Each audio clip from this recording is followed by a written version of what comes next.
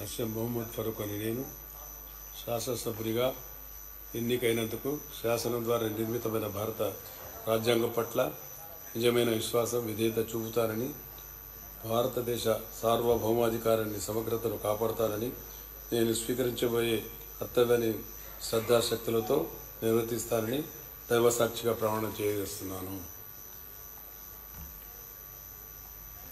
ఆంధ్రప్రదేశ్ శాసనసభ సభ్యుడైన నేను నస్యం మొహమ్మద్ ఫరూక్ అని నేను సభా నియమావళి కట్టుబడి ఉంటానని, వాటిని అనుసరిస్తారని, సభా మర్యాదను పాటిస్తారని, సంప్రదాయాలను గౌరవిస్తారని దైవసాక్షిగా ప్రమాణం చేస్తున్నాను.